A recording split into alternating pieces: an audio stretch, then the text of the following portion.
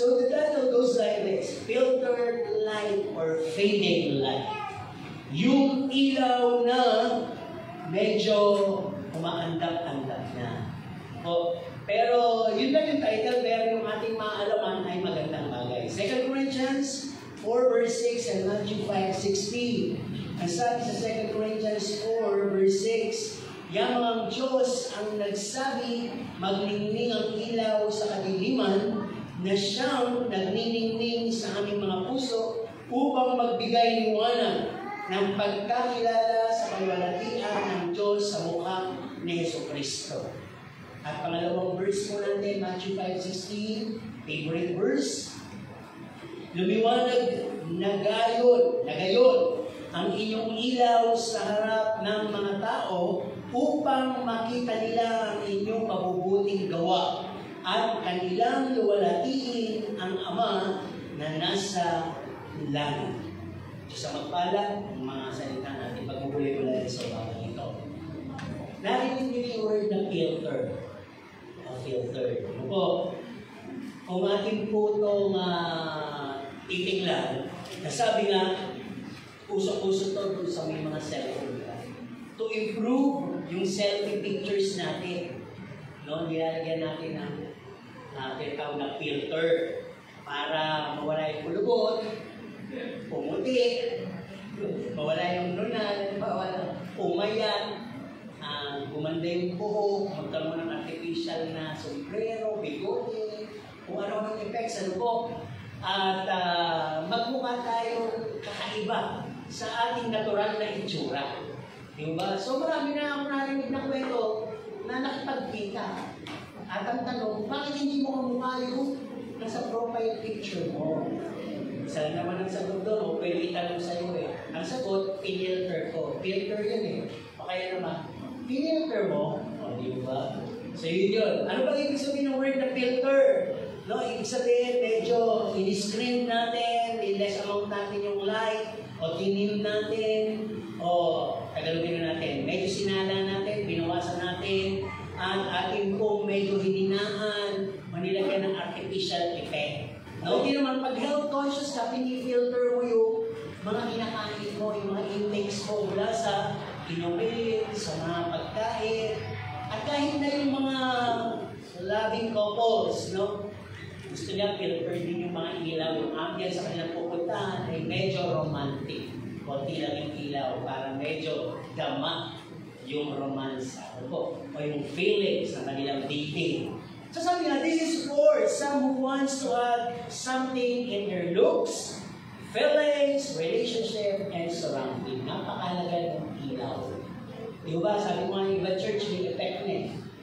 Pag-didig ng konti, pag-sermon na papatay, may spotlight yung speaker, at yung background blue, pink, yellow, whatever. O may thunder lightning effect. Pero sa atin, very illuminated. Puti lang. Ito po, para kita-kita natin ang mga anak ng Diyos. Ay, okay. Ayan, at least, di ba?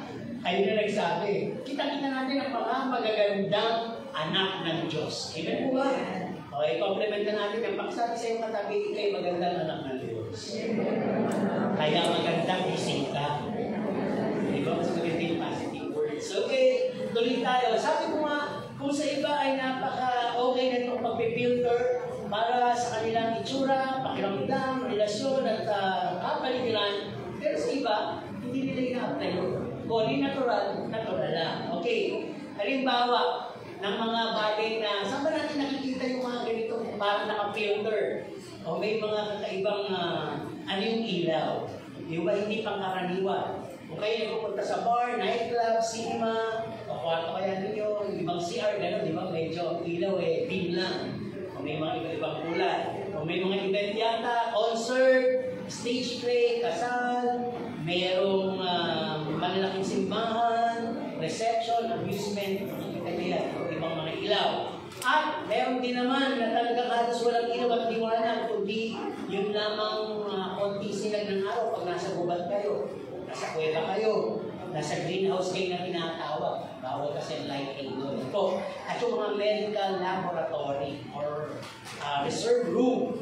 Kasi bawal masinagan yung ibang gamot, kaya ang bote nila ay kulay brown. Ano po? At sabi nga, pagkagabi, maganda itong mga tinatawag na filtered light. Kapag may swimming pool ka, may fish pond ka, may garden ka, may dining area ka, may mezzanine ka, may balcony ka, etc. Po, sa mga daanan, sa beach, sa resort, sa Boracay, sa kung saan-saan, napakalaga ng ilaw. At somehow, sabi ko nga kanina, nagdadagdag ko ng ganda, emosyon, relaxation, romance, surprises, attraction, and memories. Sino hindi nakapagkwento ng isa? Namangha siya sa ilaw pala. Di ba? Yung fountain, minsan maganda na yun. Alam mo yung fountain, tubig yung sumasayaw. Tubig. Hindi siya makikita kung wala din yung ilaw. Kaya sinasamahan ng ilaw na gumagalaw din. Para pumasok yung illumination ng ilaw doon sa mga wisit ng tubig. Di mo ba? Nai-spread yung ilaw. Nakikita yung pinakamaliit na patak na nakakabuo ng image dahil doon sa ilaw. Punta kayo mamaya sa plaza. Hindi ka nilibig sabihin. Ano po? Kaya napakalaga po niyang ilaw na yan. Okay? At least ako pagbigay na ako ng info po sa ilaw. Ano ba ang ilaw niyo? Yung bang ilaw na malakas? Buhay mo ha? O medyo yung ating ilaw? Minsan wala kayo. Galing. Minsan, violet kayo, nagluluksa. O itim, minsan naman, blue kayo, malungkot. At minsan naman, dilaw kayo, o orange, sobrang saya nyo. At minsan naman, verde kayo, color iniisip nyo. Minsan, puti na kayo, okay na. Parang ganyan, may kulay din po ang itsura ng inyong mukha. No? Siguro sabi ng mga babae, parang kami may colorete. Depende po yan. Pag ginawa niyo naman lahat, puti yan, burto na kayo. Hindi mo pa paano kaya kayo na. So it adds color and light. Ano po? Kaya pag-usapan natin. Sabi nga dito, let your light shine. Matthew 5:16. Dito sa talatang ito, alam ko naman po na very common na ito sa inyo. Di ba? At paborito nyo ito. Kaya lang, naipapabuhay ba natin itong utos na to? Namomotivate ba natin ito? Ano bang ibig sabihin niyang talatang yan? Ang sabi, it pertains for good works. Mag-set ka ng example. No, pinaka mababaw na halimbawa dyan, you must not fail bad works ng bad works din or evil for evil. Kasi sa Old Testament, ano mo sabi doon? An eye for an eye and a tooth for a tooth. No? Ngipin sa ngipin, braso sa braso, parang gano'n sa Old Testament. Now that we are living in grace, kung binigay na po itong talatang ito, nang ibig sabihin dito, mag-example ka.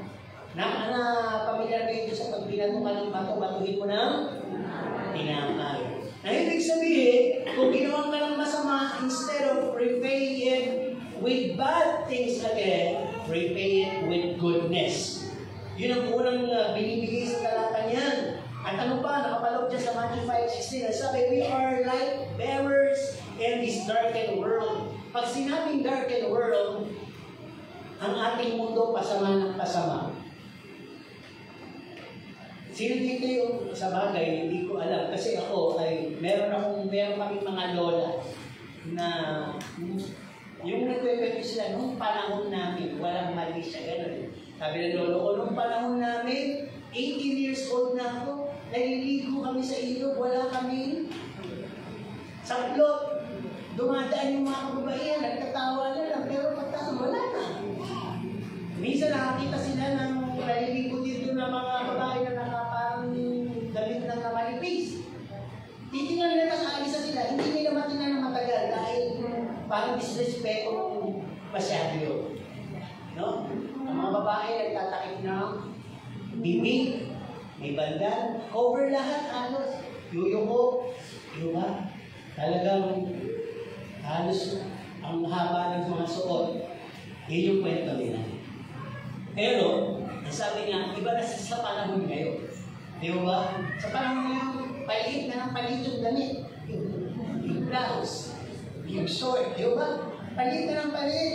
Kaya kung titignan po natin, hindi ko sinasabing masama, but nag-enhance ng nanunukso. Kung dumadaan yung mga lolo namin ng panahon nila na wala sa kanila yun, ngayon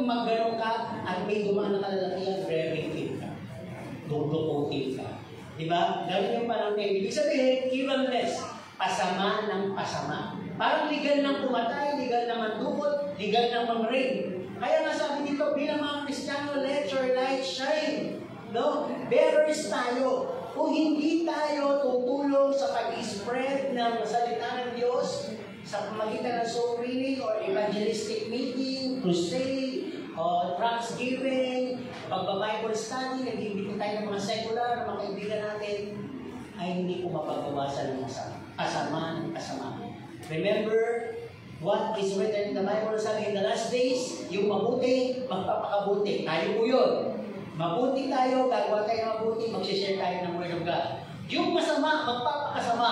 So kung wala magsishare doon sa masamang yun, na masama na, sasama pa tayo. Tama po ba? Kaya napakalaga. We are light bearers. Sabihin na natin, we are light bearers. Tagad na lang tayo ng ilaw. Okay, especially in the last days. Ano pa sinasabi? O nakapaloob sa Matthew 5:16. For legit and powerful testimony is being backed up if our light shines. Natatandaan niyo sinabi ni Pablo kay Timoteo sa 1 Timothy 4:12, huwag mong hayaang hamakin nila ang iyong kabataan. Kasi di ba, ewan ko ng panahon namin, talagang sinasabi ang kabataan, hindi pwedeng sumasali sa usapan ng matatanda. Wala kang say, bata ka pa, wala kang alam. Ang alam mo lang ay kaabutan, kaikutan, daldalan. Parang gano'n. Ganun kayo pitan din pagka yung mga magulang namin, at kinabutan namin. Pag-ina niya, takot na kami. Sabi na, makuha ka sa tingin. Diba? Yung sit-sit nila, iba na kung level nyo. Tapos, magumanyan sila, mamaya yung merong. May follow-up yun, kung di mo. Totoo naman po yung dito, yung pamilya. Kahit mga teacher, ginagamin. Mga pupils sa teacher nila, walang nagsusuko. Ganon kayo yung disiplina. Paano na yun? Grace na po yun, ha? Pero ngayon, hindi na ngayon. Yung nanay na makuha ka sa TV. Di ba? Kain na! Anak! Kasi lalagay ka na kayo. Kainin mo na lang, tatakpak ko ah. Sige, tuloy mo lang yan. Baliktad na! Di ba? Kaya nasabi dito, huwag mong hayaan na hamakin nila yung pagiging kabataan. Huwag kang umabuso. Pakita mo na may maganda kang salita, ugali, may pag-ibig ka, may pananampalataya ka, at akubuhin ka ng malinis. Re-respetuhin ka kahit bata ka. So yan po yung applicable sa mga mananampalataya. Kahit nakabataan kayo, hindi mo kailangan maging mature na Kristiyano, maging pastor pa. Pag kayo po ay mahusay at nakanalita, mabait, magandang karakter, may pag-ibig, may pananampalataya, maka-Diyos, sa buhay ng malinis, re-respetuhin kayo. Makikilala nila, may ilaw kang dala. Ang ibig ko sabihin, dala mo si Kristo sa buhay. Kaya minsan nagtatanong sila, ano naging ka? Alam mo kagad nila, di ba? Ano naging ka? Di ba kaya nga, pag naman ang born again, nagkasala, ano sabi mo? Born again ka? O ba? Kaya nasabi dito, sa ating pananalita, bilang isang tunay na anak na Diyos, hindi masamang maging bold, straight, basta yung truthfulness, magpapalaya. At kinakailangan may sense. Hindi kinakailangan bulok ka. Kinakailangan may sense yung sinasabi mo. Ibig sabihin, it should be comforting and healing to the hearers. It should be constructive. It should be encouraging and positive. Kung hindi rin na makakatulong, bilang Kristiyano, sa pagbibigo. Yun ang motivation. Pero makakatulong, makakasave ka ng relationship, makapagpapalakas ka ng pakiramdam, makakapagbigay ka ng malakasan, makakahamon ka. Go! Kapag papalaya ka, go say it boldly and say it straight. Kung may verse kang nalalaman, supportahan mo pa ng salita ng Diyos. Iwa, magtatawanan ka. Pero mga Diyos ka. Si Jesus ba pinagtawanan? Oo naman. Kristiyano ba magtatawanan ka rin. Pero okay lang yun. Di ba may pangako Panginoon? Lahat ng tatanggap ng kaluwalhatian, yung mga pumapahagi din sa mga dinanas ko. Kaya, magpasalamat lang kayo sa atin. Yung mga pinag-uusig dyan, pinagsasalitaan, inaayura, nang dahil sa akin. Yan po'y trophy. Yan po yung pagpapala. Masakit ang pakiramdam. Pero tinatapyasan ka ng yung pride, ng yung kayabangan, tinatapyasan yung pagiging makamulong mo, at kailangan malaman mo, Kristiyano ka na kasi. Kaya nararanasan mo yan. Ibig mo ba, magtaka ka, Kristiyano ka eh, hindi ka nakakaranas no? Baka naman tahimik ka lang. O baka naman nakikipag-compromise ka lang.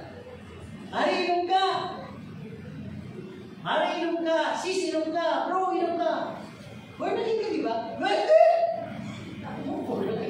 Wala naman nakakakita, di ba? Di ba? Minsan ganun eh. Hindi na sila magagalit sa'yo. Dahil magaling ka makisama eh, di ba? Okay, balik tayo dito. Ang sabi nga, sa kilos mo, bilang ikay mananampalataya, kinakailangan puro, hindi nakikipag-kompromiso. Ano ba yung kompromiso? Yung pang madali kang masulsulan, madali kang maabutan. O, halimbawa, nandun ka sa isang alam naman natin yung mga pakingkit, pakikusap. Hindi nga ako pipili. Diyan ka naman sa loob. Ako ko lang ito sa loob. Pero maging po tayo sa tama. Di ba? Kinakailangan walang gano'n, walang compromise, hindi ka selfish. No? At kinakailangan ang kilos mo ay well done lagi. Hindi porke galit ka sa amo, babaguhin. Hindi porke galit ka sa kapwa mo. Imbis na sabi mo, adobo, baboy, pusa ka na. Diba? Alam niyo ibig sabihin? Binigay mo dahil ayaw mo. Binigay mo dahil hindi pasado sa taste mo. Sa'yo na lang. Diba? Hindi dapat gano'n. Sa kilos natin, di man nila nakikita, may nakakakita. Di man nila alam, may higit na nakakaalam. So you can choose to be excellent sa kilos. Pursue excellent, you must be trustworthy. Kinakailangan katiwa-tiwala ka at makajos ka. At alam po, hindi mga sinasabi ko na to, it's all about life. Paano ba tayo nag-iiwala? Tanungin natin ang sarili. Paano ba ako nag-iiwala? Simula na ba ako nag-iwala? Nung tanggapin ko si Jesus bilang Diyos at sarili ng pagkiktas na ilaw ng sarili ko na. Nag-iwalag na ba ako sa buhay ko? Di ba? Ang sabi dito, pagka nawawala yung liwanag mo, nawawala yung langis o yung nagsusustain sa'yo. Sino? Yung Holy Spirit. Balikan natin yung kwento. Di ba merong 5 mangmang at may 5 matalinong bilhin? Bakit tinawag na 5 mangmang? Ang sabi, itong 5 mangmang na ito ay naubusan sila ng tinatawag na langis. Nag-aantay po sila. Alam naman nilang mag-aantay sila ng matagal, hindi sila nagdala ng langis. Kaya nung mauubos na, ang sabi nila, bigyan nyo kami ng langis. Mauubos yung langis namin. Ang sabi na matalino. Ay, ba't ka namin kayo bibigyan? Mauubos yung amin. Dala namin to. Reserva namin to. Baka mahaba-haba kayo oras ang pag-aantay. Bumili kayo kaya. Sige na nga, halika na. Bili na lang tayo. Ayan. Sa pagbili nila, yung inaantay nila, nag-grew. Di ba? Wala na. Nabuksan na yung pito, nakapasok yung mga 5 matatalino, at napagsara na yung 5 mangmang. So dito sa matatalino, ano ibig sabihin niya? I-relate po natin yan sa kapanahunan. Kung ikaw ay Kristiyano, kinakailangan may reserve oil ka. Nag-aantay din po tayo sa pagbabalik ng group. Si Jesus Christ. Tayo bride, yung church bride. Ikakasal tayo kay Jesus Christ.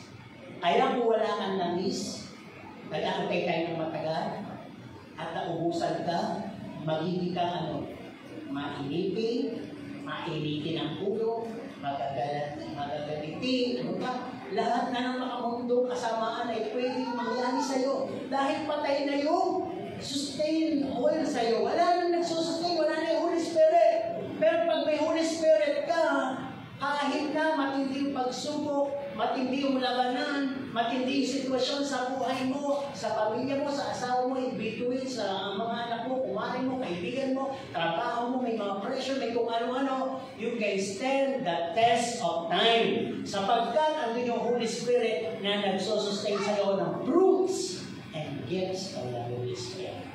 Kahit ganun sitwasyon, madilim na, nagliliwanag. Nagbubuhay na sila, nananatili ka pa rin faithful. Nag-uusap na sila, tuklat, something para ma-destroy yung kumpanya, yung pinagtatrabuhan mo, pero ikaw hindi sumasama, nananalangin ka. Nagpapalakas ka, nagbibigay ka between para magkaroon ng pagkakaso. Ganun yung tinatawag na pagdiliwanag. Okay? Nakita natin yung reference ng 10 virgins sa Matthew 25, 1 to 4. No? Kaya dahil sa gabi ng demand, bakit sinabi, let your light shine? Bakit gano'n na lang yung utos at demand sa atin? Pangalawang bahagi. Ang sabi kasi dito, we are sons of light. Anak tayo ng kaliwanagan. Ano ibig sabihin mo? Paano ka naging anak na kaliwanagan? Balik tayo sa, you have been born again. Inanak ka at ang tinanggap mo ay si Kristo na siyang ilaw na isang libutan, kaya ikaw ay anak ngayon ng kaliwanagan. Anak ka ni Jesus Christ? Anak ka ng Diyos ka ba? Nasabi sa John 1:12, sino man tumanggap kay Kristo, pinagkalooban ng karapatan maging anak ng Diyos. At ang Diyos ng kaliwanagan, ang siyang Ama. Okay? So what must we do bilang anak ng kaliwanagan? Tingnan natin dito yung references. Ano po? Nasa 1 Thessalonians 5. Hindi ko na isulat yata. Pero tingnan natin, tingnan natin. Ano sabi dito? So let us not sleep as others do. Ano yung word na sleep? Bilang ikaw ay anak ng kaliwanagan. Ikaw ba matutulog? Mapera kung literal pinag-usapan, kung talagang pagod ka. Yung talagang araw, matutulog ka lang. Ano dapat na ginagawa mo? Nagtatrabaho. Tama po ba? At kung gabi na, doon ka matulog. No, ang ibig sabihin natin dito, let us not sleep as others do. Di ba pagpagod ka na, tendency mo yung antukin at matulog na. Pag dumadating na yung pagod ka na sa pagpapakita ng mabuti, masyado ka nang pine-pressure, masyado ka nang inaabuso, huwag mong tulugan, ibig sabihin mo. Kung iba sumuko na, sinukuhanan, huwag mong sukulan. Yung matter. It matters ka. Kaya ito po hindi literal na tulog. Ibig sabihin, ano man yung sitwasyon mo sa buhay, bilang anak ka ng kaliwanagan, let us not sleep as others do. Bibilin pa. Be watchful and be sober. Maging mapagbantay ka at matalino. Sabi na-apply ito. Doon sa alam mo may mangyayari. Maaaring may pumasok, maaaring may magnakaw, maaaring may umatake. Kaya nagbabantay ka at matalino ka pag nandyan siya. Diba ba? Diba? Putting on the breastplate of faith. Dito sa Old Testament, sa mga warriors, bakit sila may breastplate? Meron silang weapon ng yari sa bakal mo, platinum yun, basta matigas na basa ng bakal, na nakalagay dito sa breast. Ano ba yung pinoprotection na nila dyan? Yung dibdib. Sino ba nagsusot ng babae o lalaki? Hindi mo sinabing bra. Sabi, put on the breastplate. Di ba? Makikita niyo yung pananonood kayo ng mga Roman war, no? Di ba? Meron silang suot na parang dibdib na nakahulma ng may abs na, di ba? Di ba? Parang meron. Basta yung ulo din, gano'n, di ba? May helmet na, kung saan yung pwedeng may tatama ang delikado, yung utak, yung puso. Punta mo natin sa breastplate. Bakit nandun? The breastplate of faith. Pag yung puso kasi, ang tinamaan, patay ka agad. Heavy breastplate. And tinatalakay, breastplate of faith. Yung pananampalataya mong pinigay ng Diyos sa puso mo, hindi ang kailangan madamage o matamaan. Kailangan manatili ang kayapang malakas. Anong tatama dyan? Issues, heavy issues, pressure, problema, lahat ng sitwasyon na nangyayari ng mga ito, mahina, tatama sa puso mo. Kaya kailangan may breastplate of faith ka. Nakabantay, nakaguard sa puso.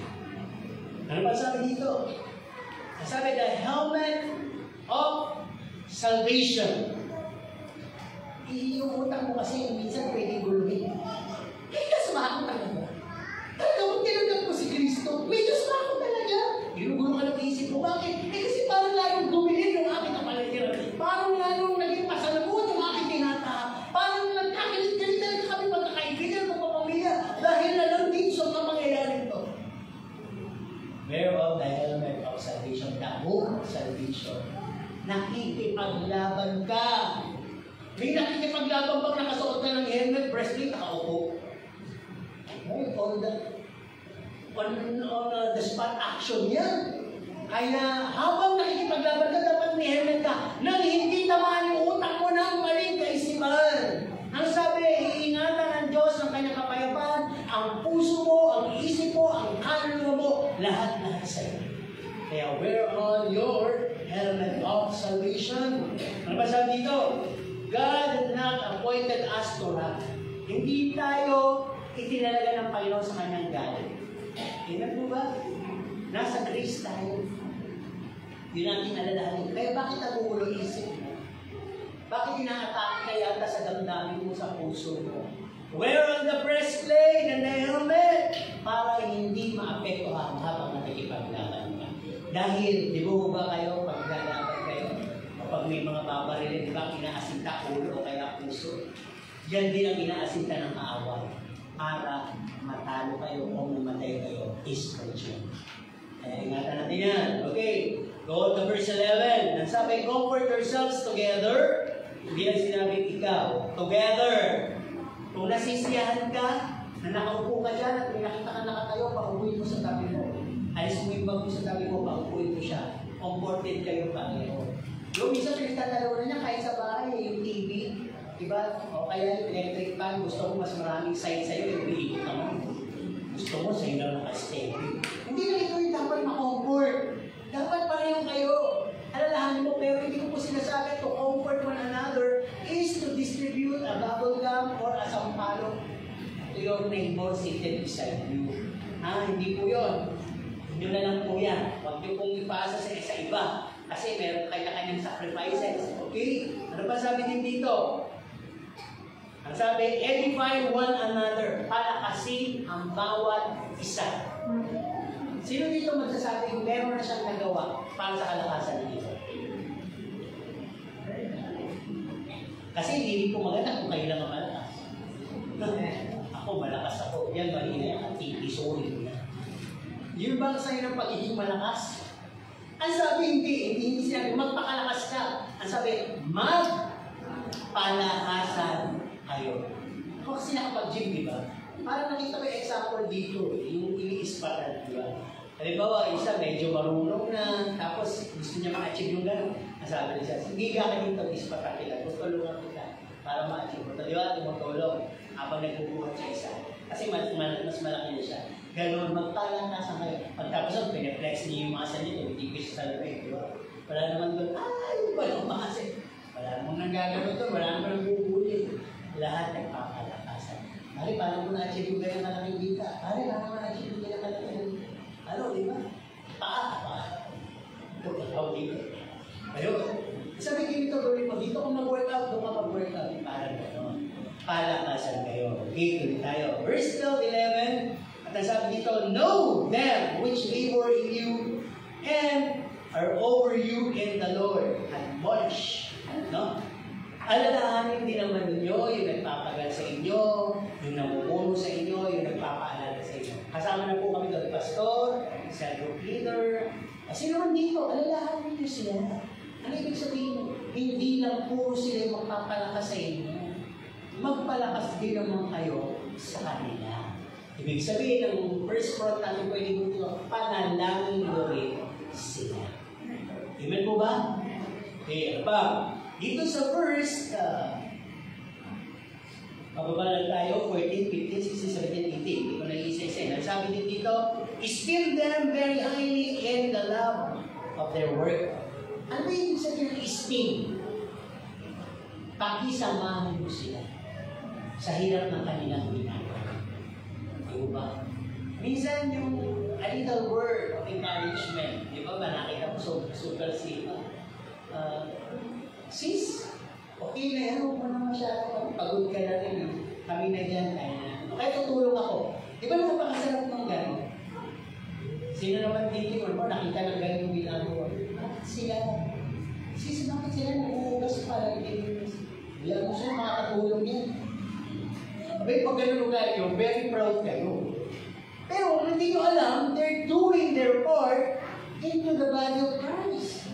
Kasi hindi lahat maarte, di ba? Hindi lahat, hindi kaya yun. Mas marami yung gagawa talaga. Hindi lahat mukha. Yung iba paa. Kung kayo pamimili, ano ba gusto nyo? Kayo yung mukha o kayo yung paa? Di ba walang gusto na may paa? Pero sabi ng Bible, how lovely are the feet of those who go for mission and those who go up in the mountain.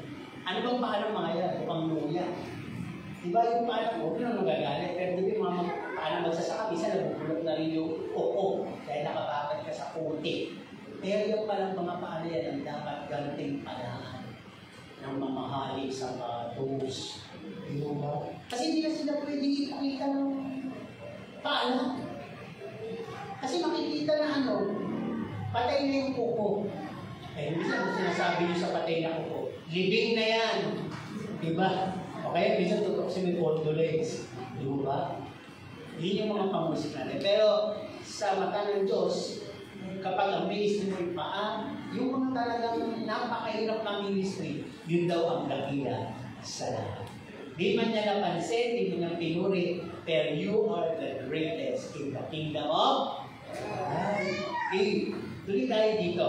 Nasabi din dito, be at peace among yourselves. Maging mapagpayapa ka. Pag sinabi yourselves, pagmula sa iyo kapayapaan towards the body of Christ. Huwag kang pagsimulan ng gulo. Hindi na nga niya alam, wala na nga siyang alam, inungkat mo. Ikaw tahim-tahimik ka dyan, baka hindi mo alam, issue ka ngayon. Diba? Dapat pa ba yun? Kaya mo na siyang makaalam. Pero huwag na sa'yo magmula. Diba? Doon na sa mismo nagsimula. Hayaan mo na doon niya alamin. Huwag na ikaw yung makikitulay. Tama mo ba? Kasi pagka ikaw yung naging tulay, siguradong dadagdagan mo. Ang sabi lang niya, mukha kang butiki. Pero nung ikaw na nagsabi, mukha ka ng butiking Pasay. Narinig ka namin niya. Bata, tukso din sa kanya sa akin niya ng balita. Kaya ang record na record siya. Kaya ito kasi talaga akong bata. Tinutukso akong ganyan ng mga kalimutan. Diba? Kaya hindi ko rin makalimutan yung butiking Pasay niya. Pagkatagang bata ka, iiyak ko pag tinatawag ka gano'n. Pero pag matanda ka, natatawanan mo pala. Dahil hindi naman pala kahit kailan, naging butiking ka at hindi ka taga-Pasay. Balik tayo dito. Ang sabi din dito, no? Warn them that are unruly. Babalaan mo yung makukulit. Di ba nagsisimula natin tayo sa bata? Kasi train up them habang bata. Eh pag matigas na yung ulo, malaki na, unruly pa rin. Ano kailangan doon? Sige nga, kung kayo talaga yung nagmamalasakit sa body of Christ, kung makulit na, wala mo inabasa sa Bible?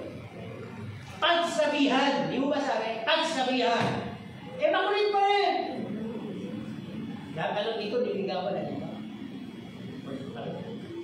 Kumuha ka ng mga kamanggagawa at kausapin yun. Yung may witness. Eh, makulit pa rin. Ano yung third step? Hindi mo tabi dito labas. Ayan. Sasawayin mo siya ng ayagan sa harap ng marami para hindi siya pamarisan. Di ba? Kung nagbabasa kayo ng Bible, supported kayo dito, hindi kayo magagalit. Kung may mga nani-review.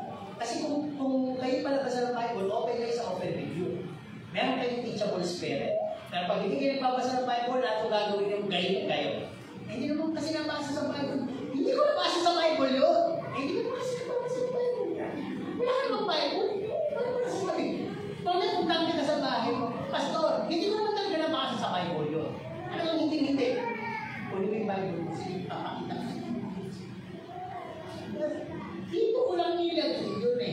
Ikwento ko. May isang mag-asawang mayaman. Inibitahan nila ng pastor na kumain. Siyempre, pastor, nagpasikat sila. Kanilang pinanang o kanilang mamahaling kutsara tinidor. Na talagang kutsara tinidor pala ay halaga na ng isang malaking kayamanang alahas. Nang umalis na yung pastor, nawala yung kutsara. Ang mag-asawa nataranta. Ano ba naman yung pinakain na tayo? Kinuha ka yung kutsara. Tanongin mo, tawagin mo kaya. Sabi ko nga, pastor yun eh. Ay, bakit gano'n? Pastor pa naman siya. So, hindi na nila maano. Sabi ko nga atin sila, nakikita nila yung pastor ko. Huwag na na ako ng pastor. Ilang beses na tinatang ng gustong tanongin. Yung mag-uuwi na. Tanongin na natin si pastor. Ay, ano ito? Eh, pastor yan eh. Eh, magnanakaw naman. Eh, minsan pa nag-sermon yung pastor, huwag kayong magnakaw. Naku, tignan mo sa pastor. Sinasabi ko eh, ninakaw naman yung kutsara natin. Para matigil na yung pagtatalo natin, tawagin natin uli si pastor at maghanda tayo. Pero this time, plastic na kutsara na. Pabiyaya ni pastor. Nung biyaya ni pastor, pastor, kain ka. Oh. Parang may iba yata yung kutsara nyo ngayon ha. Plastic na dati na, pag mamahal ng kutsara mo, alam ko mahal. Alam pa rin yan ako. Bulungan sila na po. Pastor, dahil yung mawalang galang na, hindi po ba namin bisyong kutsara? Ay, yung kutsara ba nyo? Hanggang ngayon, hinahanap nyo? Inilagay ko sa loob ng Bible. Inipit ko doon kasi nga mahal. Nasaan yung Bible nyo? Diyan po sa ilalim. Sa sala. Kung ninyo, ipakita nila, binuksan nila. Ano nga yung kutsara? Ay, ibig sabihin, isang taon na pala silang hindi nagbabasa ng Bible. Mas bagay pa sila sa nawawalang kutsara. Hindi sila bagay sa nawawala nilang kaluluwa. Ano ba? Kaya tingnan natin mabuti yan. Sabi nga dito, no? Who are them? Yung mga unruly. Tapos sasabi dito, i-comfort naman natin yung mga magugulo isip. Sino ba dito yung mga tulali? Yung mga na-break. Yung mga pumapasok doon sa mga mahilig ang tingin yung tinatawag na ako ay na, ano, may uso ko rin ngayon. Yung mga kailangan ng payo ng mga psychologists. Nai-stress. Yung nai-depress. Depression. Yan, di ba? Nung bata kami, hindi namin depress na yun. O depression. Eh, ano ba ngayon? Anday gayo-gayo eh. Alam mo, bakit yung media, di ba? Nasa media kasi yun, napapanood, nagagaya, napipig tayo, maanang maarte, nakika-arte din tuloy tayo. May nagsishare, inaarte natin hanggang totoo na nga sa atin, hanggang maging, ano, kukunin na ng kaaway. Yun daw, alipin natin. Ano sasabihin natin? Huwag ka malungkot. Hindi naman siya yung babae. Sa talaga, marami dyan. Di ba? Kasi minsan dahil lang doon eh. Di ba? Nawawala. Babackslide. Nanlalamig. Yan. Paalalanan, i-comfort natin yung mga feeble-minded. Ano pa sabi dito? Support the weak. Yung mahihina, mahihirap, tulungan na. Like tayo, kaya natin usapan ito. Ano pa sabi? Be patient toward all men. Hayaan nyo na magkaroon ng maximum tolerance. Narinig na po ba ninyo? Yung lahat ng magbabantay sa zona ng Pangulos sa mga magdedemonstrasyon na yan, ipapatupad natin ang maximum tolerance. Anong ibig sabihin mo? Sige nga. Kung maaari, huwag nyo silang sasaktan o aaplayan ng masyadong disiplina. Yung masasaktan na sila, huwag nyo silang papatutahin, huwag nyo silang paparilin, huwag nyo silang babombahin ng tubig ng bumpero. Yung mga gano'n, mapera na lang talaga. Lulusog sila. Ganon din pala sa church. Eh, hindi na natin kailangan ng instruction. May Holy Spirit eh. May self-control, tama, sa fruits. Maximum tolerance. Sino dito yung nakatabi na ng ilang beses na kung paano magpagampa? Diba sa una yan, ganyan. Sa pangalawa. Okay. Sa pangatlo kaya, ay gumano sa'yo, doon naglaway pa. Kaya may kasama na sa pool. O review. Maximum tolerance. Paano yung maximum tolerance? Pag humiga sa'yo, kalabit lang. Sa pangalawa, amot lang. Sa pangatlo, lagyan mo na ng tissue. Maximum tolerance. Ibig sabihin, hindi kailangan magalit, magdamdam, o maging pasimula ng tisuranin niya. Kapatid mo yan eh. Di ba? Maging ano ka, huwag ka maging awkward sa pagsasabi ng katotohanan sa kanya. We are light. Okay, masabi dito, see that none render evil for evil. Kaya tingnan natin na huwag kayong nagkagantihan ng masama sa masama. Ano pa sabi? Halos patapos na tayo dito sa verses na to. Ano sabi dito? No? Follow what is good, vote among yourselves and all men. Hindi lang sa kabubuti mo, sa kabubuti ng lahat. Lagi kang magsaya, sabi sa verse 16, sa verse 17, manalangin kang walang patid. At sa verse 18, sa lahat ng pangyayari sa buhay mo, magpasalamat ka lang sapagkat yan ang kalooban ng Diyos. Dahil doon, magsisilbi ka talagang ilaw. May simple problema. Sabi mo ba yan sa lalo na hindi ligtas? Bigat-bigat ang problema ko. About husbandry. Take the man. Asa mo ba? Nagkailan mo pang-ibigin niya sa'yo? Diba? Di ba naman mahusay magdala ng problema? Kanina na lang sa Panginoon. Diba? Pero pag talagang hindi nyo na kaya, okay lang sabihin sa mapagkakatiwalaan para bumaan ka ng inyong problema. So, hindi ko yung nagbigay na nag-share ng kanyang problema sa kapwa, ano sabi sa kanya, gusto ko matapos na yan. Gusto ko na matapos yan. Meron naman kayong lubig, diba? Meron kayong mga pwedeng inumin ng mga toxicidad. Kasi meron na ako narinig na gano'n eh. Sino magpapayo ko? Kristiyano ba? O hindi gano'n? Ang ginaganyan ka, gantihan mo! Ang bababae, ang lalaki na. Parang masakit, di ba? Siya isa lang, di ba? Huwag kayong kakagal sa gano'n. Hindi tayo para doon. Di ba? Okay, tuloy tayo. Pangatlong punto. Di ba kanina, pinag-usapan natin ang sabi, let your light shine, sapagkat anak kayo ng ilaw. Pag-usapan natin yung may anak sa atin. O yung naging dahilan, bakit naging anak tayo ng ilaw? I am the light of the world. John 8:12. Jesus says, and stood at his disciples, saying, I am the light of the world. He that followeth me shall not walk in darkness, but shall have the light of life. Sitwasyon muna, saan pa may madilim? Halimbawa, ating gabi na. At ikaw ay nasa gitna ng mga walang posting ilaw. Di ba? Pwede mo lang mag-iingat dahil ng ilaw ay buwan at bituin. Paano wala nang buwan at bituin? Paano maulan? Madilim talaga. Kasi yung mga kadiliman. Ano ba? Yung sa gabing madilim, biglang nag-brown out.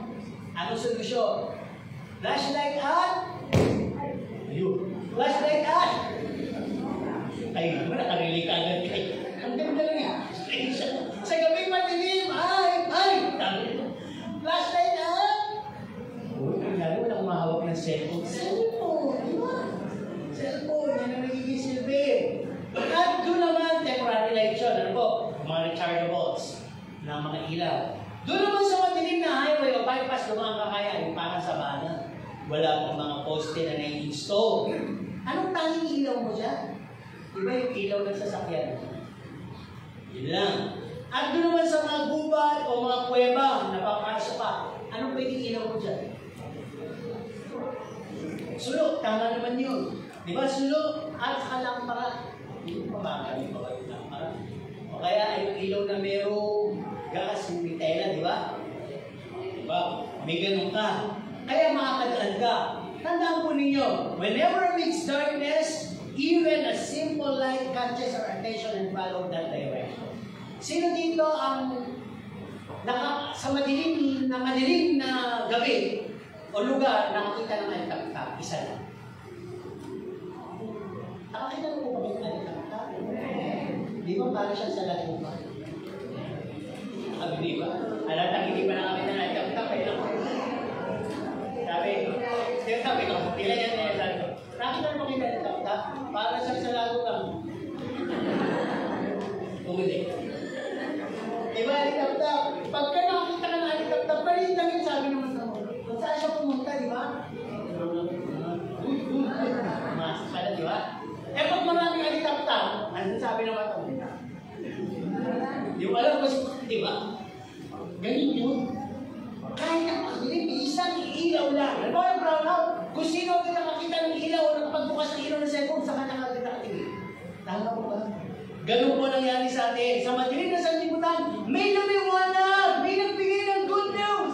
Jesus is the light of the world! Kung gusto mo lumiwanag ang buhay mo, tanggapin mo siya. Na-attract tayo. Kaya ngayon, meron na tayong ilaw sa buhay natin. Amen? Sino may ilaw? May ilaw pa ba? Nakasindi pa ba? Ano sabi ng kanta?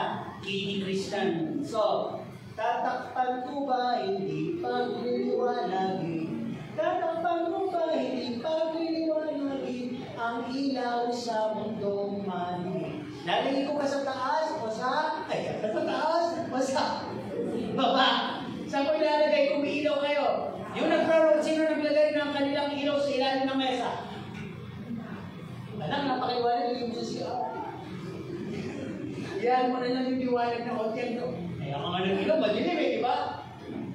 Saan mo lalagay? Sa pinakamataas na red na halos sa katutok na sa sabi mo. Mamaya liliwanag ng masyado. Dahil nasusunog na ka na ang sabi mo. Kasi kung lalagay dito sa mataas, kung hindi sa pwede, may masunog. Kasi mamaya, sinasabi ko ito, naitulog bigla. Sabi ko, Pastor, bro, nandun sa taas ang taas. Hindi tignan po ninyo ha, yung hindi nila ano matuloy. Okay, tignan natin. Ang sabi ko kasi dito, no? Yung makita ka, no? Yung makita ka ng isang unbeliever na masama ka, okay yun. Ano ba aasahan? Yung masama naman talaga. Pero yung makita ka ng unbeliever na Kristiyano ka, na gumagawa ka ng masama, anong tawag mo? Born again ba yan? Di ba born again yan? Diba? Born again pa ba yan? Kayo ba natanong? Sino dito yung natanong na ng gano'n? Wala pa. Kaya mag-ingat kayo na hindi na kayo matanong pa. Amen? Amen? Sino naman dito yung nasabihan ng yan ang born again? Diba? Dumadaan tayo dito sa cellphone shop. Diyan sa Pacific, diba? Mayroon silang mga salitang ano eh, mahaba. Ang tawag dito yung pang-ano dito? Tempered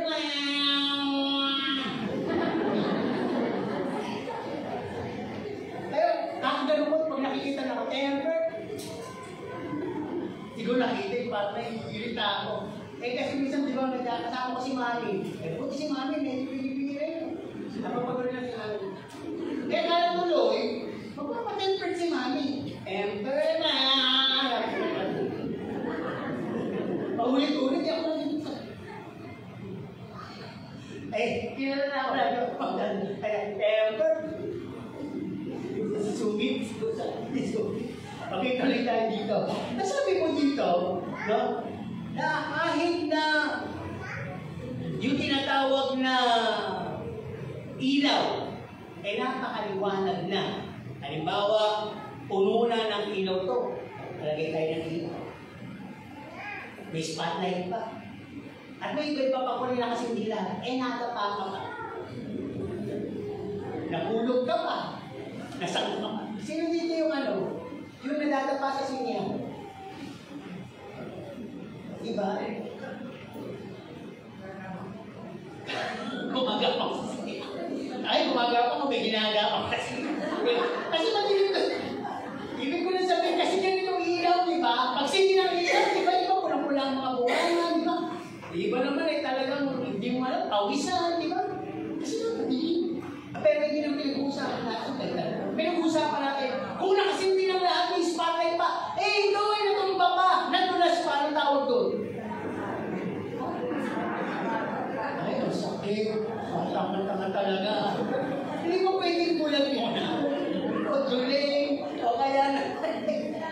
may takip, may piring ang mata.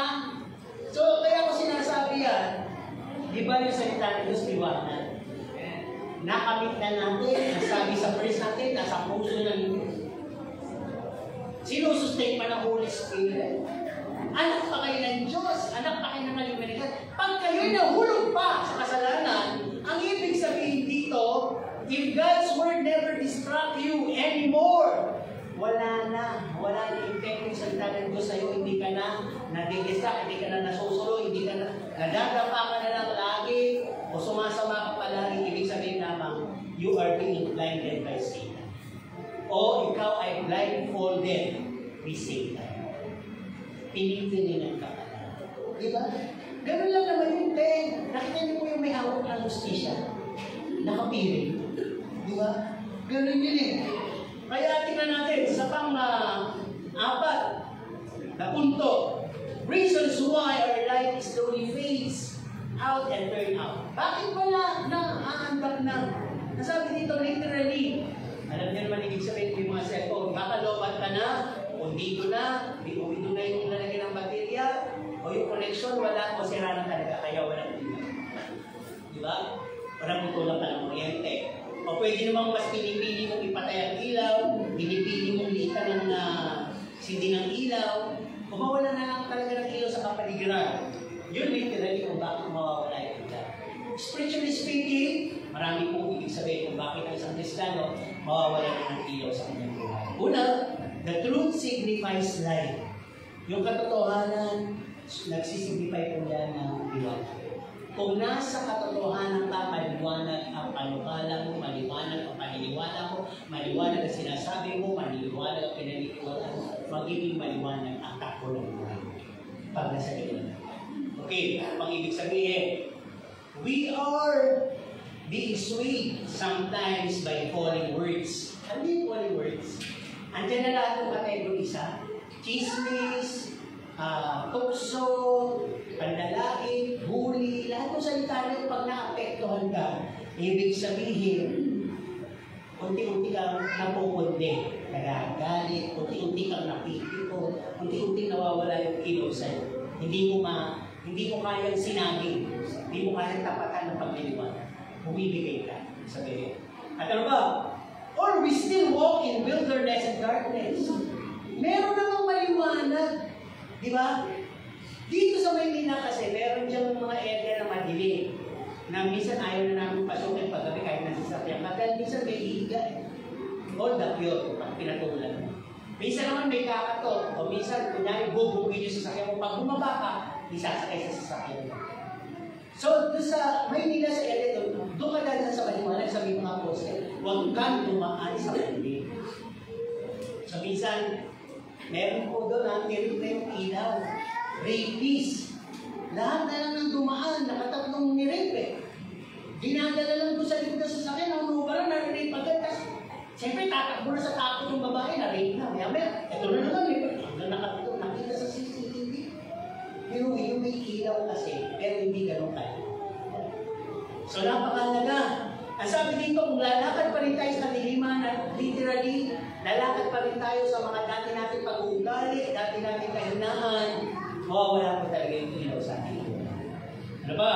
Sabi dito, pag tinatago na natin ang ating mga ilawan, yung ayaw na natin palang Kristiyano tayo. Kristiyano ka? Dati. Ngayon, wala na po talaga yun. Bakit?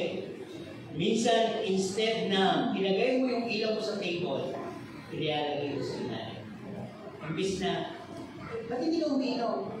Okay lang, kasi tinalikuran ko na yan. Mas ano ko sa Panginoon. Hindi mo masabi yun. Umiinom ka ba? Pwede mo na sabihin, hindi. Tubig, Iba gano'n eh, kaya tubig binibigay sa kanila. Nandun sila sa gitna, pero tubig. Pero iba, umiinom ka ba? Pwede naman. Pwede talaga. Wala naman si pastor eh. Diba? Okay na yun. Yun. Pag gano'n ang ginagawa mo, paano nilalagay mo yung ilawan sa malalim? Hindi ka nagliliwanag. Kaya mawawala yung ilawan na yun. Kaya nga po sabi ko nga kanina, pag malaman ng isang Kristiyano, hindi Kristiyano na masama ka, okay lang yun. Pero pag nalaman ng hindi Kristiyano na gumagawa ka ng kabalbalan, Ang laking issue po mo, di ba? Kasi yung pagliliwanag mo, hindi nakikita. Nakikiandap ka, nakikipundi ka. Okay, pang-apat, kasabi dito, reasons why our light faded and slowly turned out. When we are far from Jesus, our main source. Totoo naman, pag nakabitiw ka na sa Panginoon Jesus. Sabi ng Panginoon, I am the light of wala. Pagka nakabitaw ka, wala na yun. Sariling sinag mo nila. Yun. Para bang yung ano yan eh. Alam niyo yung may mga nasa bubong, anong tawag? Solar. Pag matindi yung ilaw ng araw, sa gabi sobrang liwanag. Pero pag makulimlim, sa gabi makulimlim din yung ilaw niya. Pag wala na talagang magpapakita ang araw, hindi liwanag pa ba yun? Ganon din yung ating buhay kay Jesus Christ. Pag hindi po tayo naniliwanagan ng katuruan, hindi tayo lagi napapaalahan sa mga Bible study, o wala pong Bible study, hindi tayo nag-devotion, nagbabasa, nananalangin, ano bang ang asahan ng kapaligiran sa atin, amina natin, kaibigan, na magliliwanag tayo. Wala na. Kung madilim sila, parang lahat na lang tayo sa kadiliman. Ito po yung nakakatakot po sa panglima. When we are switch holding hands, when we are missed holding hands, naranasan niyo na ba yung anak niyo nung maliit? Hawak-hawak niyo, pero pilit na tinatanggal dahil may pupuntahan. May mataas ng puntahan yung curiosity na ito, babalik siya, akala, sa tingin niya rin namin, hindi ka nahawak. Yung pala, natatawa yung hinawakan dahil, sabi siya, bakit ito umawak sa akin? Hawak isa sa pantalon. Tawa naman ang tawa yung magulang dahil, pag napansin ng bata, hindi pala ito. Dahil kung ginahawakan ako ng kamay ng magulang ko, mahigpit ito. Hindi man lang nag-grip-grip. Para may pagtataka. Illustration. Pero ito ibig sabihin nun. Akala mo si Jesus pa ang may hawak sa'yo. Pero, kamay na pala ni Satanas ang may hawak sa'yo. Ano ibig sabihin ko? Ang meaning nito, ang lahat ng nangyayari sa buhay mo, compromise. Parang iniisip mo, okay lang ito kay God. Feel mo eh. Okay lang po. Parang hindi mo pinaparusahan. Okay lang to. Eh, nung sa New Testament na tayo, grace eh. May araw dyan. Yung ba, medyo, ngayon, yung Christian world eh, naulabog doon sa isang magaling na pangangaral. Dahil sinasabi nga niya, sisingit na natin. Ibang personality si Yahweh, ibang personality si Jesus Christ. Pag sobra na talaga sa head knowledge, wala ni Holy Spirit yung first. Dahil napakadaling unawain yung amos na yun eh. Nung sinabi si Yahweh na magdadala ng kadiliman, magdadala ng kapahamakan sa bayan ng Israel, lahat po ng nasa Old Testament ay shadow, hula na mangyayari sa darating. Si Yahweh na yun ay si Jesus Christ yun, na talagang sa pagdating ng araw ni Yahweh ay dadating ang kadiliman, dadating ang kapanglawan, dadating ang pagkagunaw. Si Yahweh, si Melchizedek, Angel of the Lord, lahat yun si Jesus Christ. Diba? Kasi ang na-confuse siya, kung si Yahweh, bakit sabi sa New Testament, ito lang kinatalaki natin, I am the light of the world. Etong Yahweh, dadalhin, kadiliman at kakamaman. Foretelling yun sa darating na panahon. Sabi nga ni Yahweh, ngayon kaibigan ako, dadating ng panahon, hindi na ako tagapagtanggol. Dadating na ako isang hukom. Kaya madilim yung araw. Hindi yun. Diba? Magpasalamat na lang tayo. Nagpapahinga yung pagiging gano'n ng Panginoon. Isaiah 45:7. Pag binasa nyo yan, ang sabi ng Panginoon, I formed the light, I formed the darkness, I created good, I create evil. Doon lang, malilito ko na. Ay, nilikado pala na doon sa kasamaan. Balikan niyo muna yung law, kaya sumama ang tao dahil sa dami ng bawal. Natukso mo, hindi yung law. I create evil. Hindi mismo yung evil agad, yung law na nag-cause ng evil. Evil that cause separation of God and man. Pag-alalan mo mabuti, Holy Spirit, bibigyan ka naman ng magandang kapahayagan. Hindi mo kailangan i-blasphemy yung si Yahweh. Isa lang yun si Jesus Christ din yun. Di ba?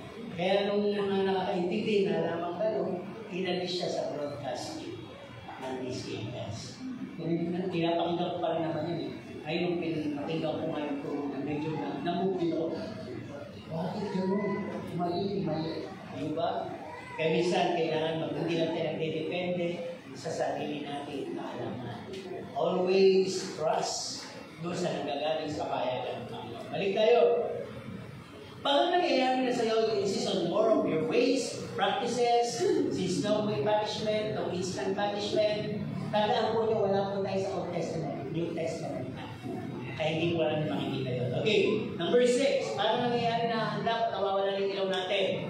When we pray God to daily check the oil. Ano mo ba yung Holy Spirit conviction? Nakukumpil ka pa bang dumalo sa mga gawain, mag-Bible study, mananangin, mag-devotion, spiritual life mo ba, napapalo up o hindi na? Pag okay lang sa'yo na hindi na napapalo up, matagal ka na po, undi at wala na pumipila. Hindi, gusto, meron.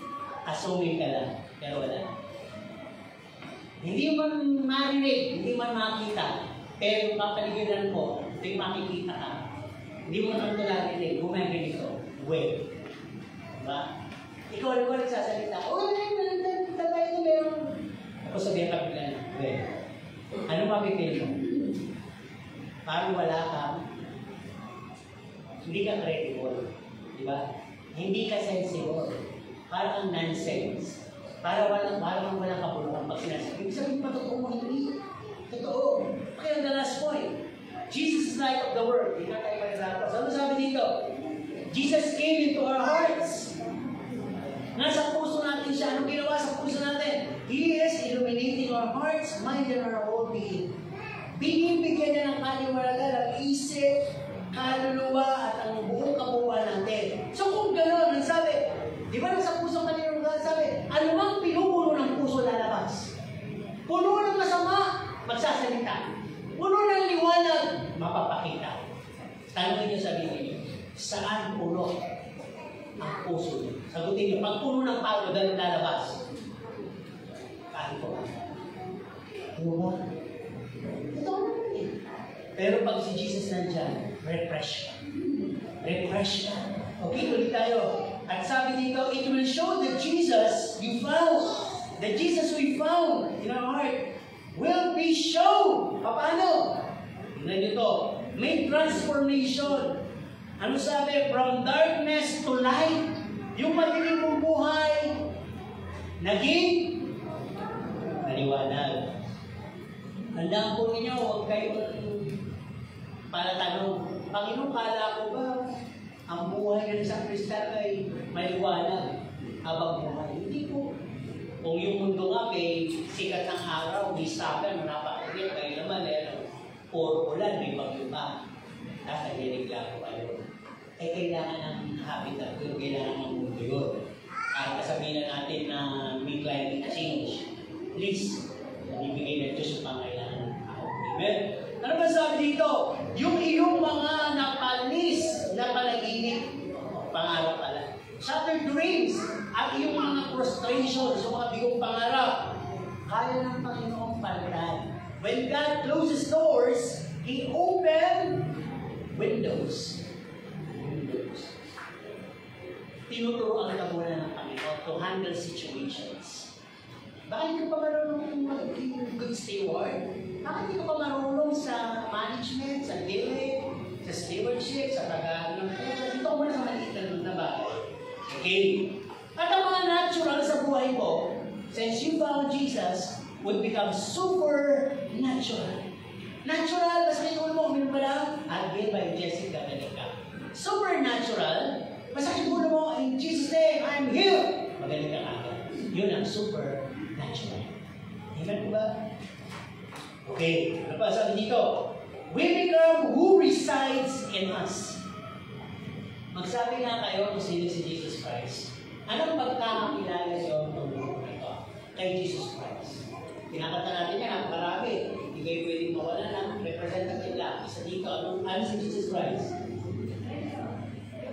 Radio? Savior. Dito,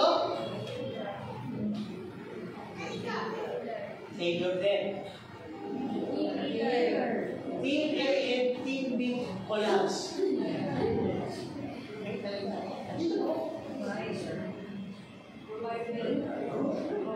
Provider. Dito, Healer. Okay. Ang mga hinahanap mo kayo.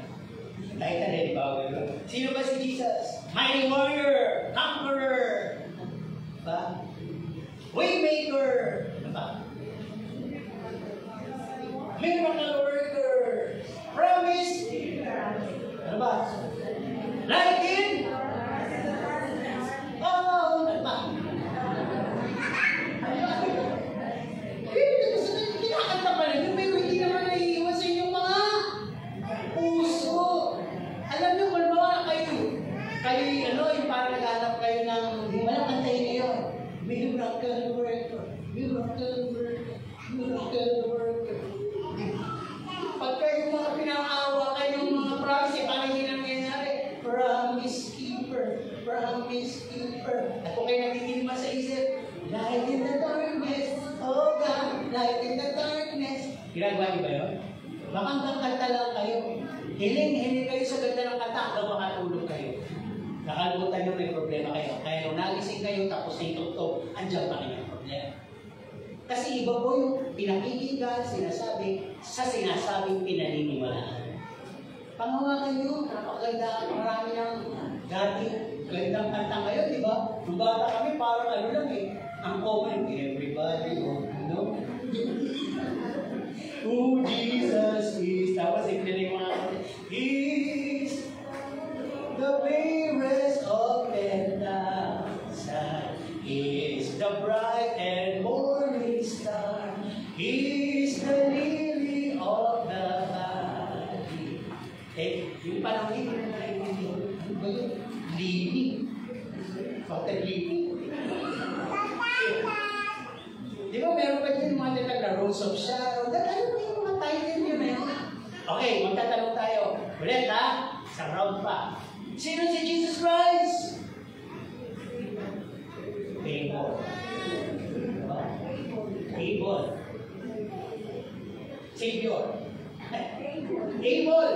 Ayun. He's able. Tama. Ayun. Ibig sabihin nun, kung kaya na kaya. Kayo, promise keeper. Promise keeper. Kayo, parang nagiging promise keeper. Wala na mo ba? Kala ko miracle kontra. Miracle worker. Kayo,